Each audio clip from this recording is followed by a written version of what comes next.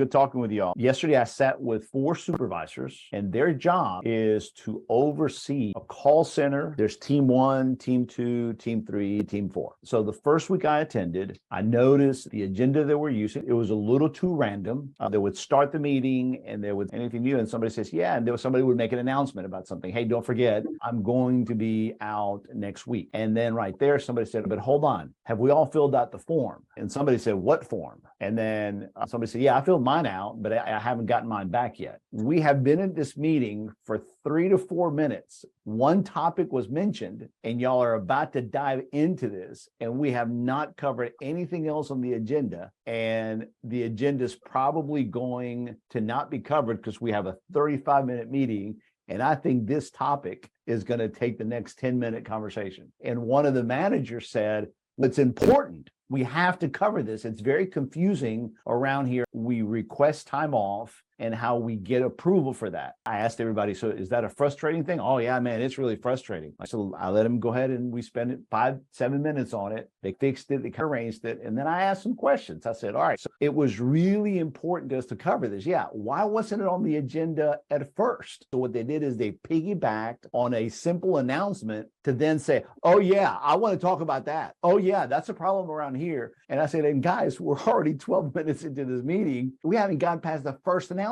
Let me ask y'all this question. How is your one-on-one meetings going with your team members? Are they like this? And y'all, it was shocking because I hear this all the time. When I ask that question, I usually get, well, we just don't know what to talk about. We don't know how to fill in 10, 15, 20 minutes with one-on-one. And I go, hold on. You take a 30-minute meeting and it becomes 2.5 hours because y'all have things to talk about. But then when it's time for you to go talk to your team members one-on-one for 15 minutes, you got nothing to talk about. I can beyond relate to this. I just had a mass meeting yesterday, even though I'm not management. It was in with managers, employees, as well as a couple of upper management persons about some things that I had to put together to try to get things to work a little bit smoother between our departments, being back office and the branch offices and things like that. Y'all getting some things done, but it was very loosely discussed, and pretty much all over the place. Yeah, it was like I came with how you come with as I always say, the bam, because I'm just a very structured person. It's like, it's black and white. Here it is. Boom, boom, boom. Right. Then they say, but some people say they really can't get it. Although very definitely the start of the meeting is always pretty random, and people don't usually clip through the agenda very well. What I want to give you is a very simple template, and we'll go into the document, but for now, write these 4 things down, because this is what normally meetings are all about, is what are the announcements? Number 2, where are we with? 3, what are we working on? Number 4, what's new to discuss? I was talking about an announcement and you're trying to bring in a new topic. I'm telling you what we were working on and you're trying to bring up a report. I'm trying to understand, are we going to do this now or later? And you're trying to tell me that the picnic next week has been moved to next summer. Everybody comes in with those things in mind, but there's not an agreement as to how we're going to tackle this. So therefore, everybody's pushing what's on their little pad, and nobody put anything on the agenda because the agendas are disorganized. That's going to get a good natural flow. And I think someone who didn't plan that, if they just think what needs to happen in the meeting as a whole, you would naturally want to go something like that, from where we were to where we're going. What we're talking about right here is a template, understanding that every organization is different. For example, the one I worked with yesterday, when we got to their top project, we've identified that they do research work. In order for them to get funded, they have to present the research from the case managers in a packet. And that packet needs to be presented to a national board at a state level. And that meeting happens every Wednesday. So that's how they make money. I said, how are we doing with that? Their facial reactions were like, oh man, we suck. That's why you're here. It's a major top project. And I said, where's the report that shows us how many people are finishing those packets? And they're like, oh, and they started searching around for reports. And I said, see, that report is not easily found. So now I taught them this that first week. Yesterday's meeting, y'all, was incredible. Get me those reports and link them to the top section called reports. Separate your top projects into those things that are unmovable and that determine how we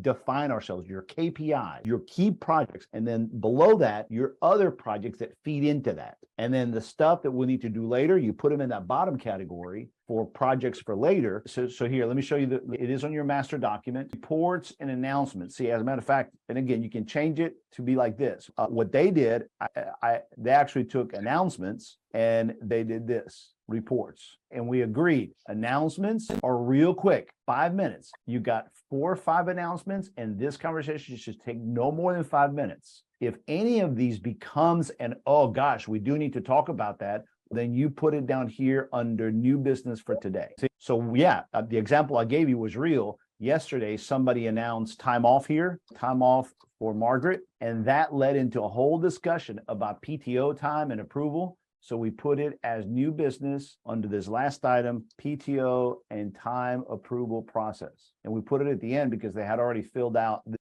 this and we agreed. So we put it down here. Understanding the template and the routine can be so much more powerful. So what you do at the very beginning, y'all, at the very beginning, you take 2 minutes to organize the agenda. And then as you get better and better at this, you don't have to use so much organization on the front end because you're keeping it more organized from meeting to meeting. But let me show you the categories. The announcements should take no more than 5 minutes. Then the reports. See, here's where the research approval presentations. And over here, they put the link to that report, research. Then this one is the case manager activity report, and we linked it here. Then down here, the call center conversion report, and that right there. All right, so, and now that's it. So the way they explained it to me is these 3 reports determine 80% of their success in their organization. And before, no one knew where to get the latest report. These reports come out on Tuesdays and they're emailed to a bunch of people, but there's not a centralized way. So I say, here's what you guys are going to do. You guys are going to get that report on Tuesday.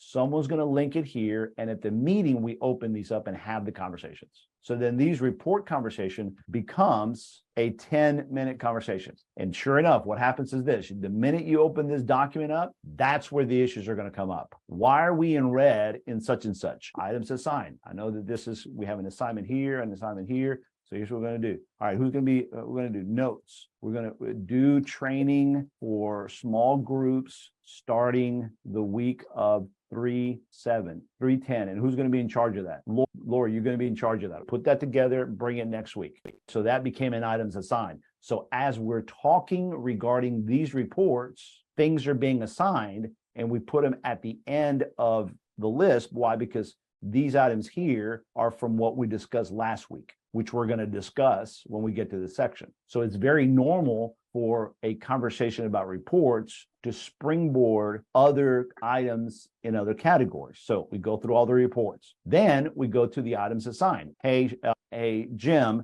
this item right here was assigned to you because it says Jim over here. Where are we with that? And then you report on that. And then we make that. If it got done, it gets deleted. If it gets changed and you say, well, yeah, I contacted the vendors. I'm waiting to hear for the proposal and I'll send it over to Larry. So send Larry, your next step is to send Larry the quote. Got it. So that's your next step on that. Let us know how it goes. So Jim, Crystal, how's your, let's say I have a task here from last week for Crystal. Crystal, where are you with this? So what happens is you don't let the things that you assigned last week, you put dot, the person assigned, you put it under items assigned, and then you make sure the next week you get to that category and you ask about that.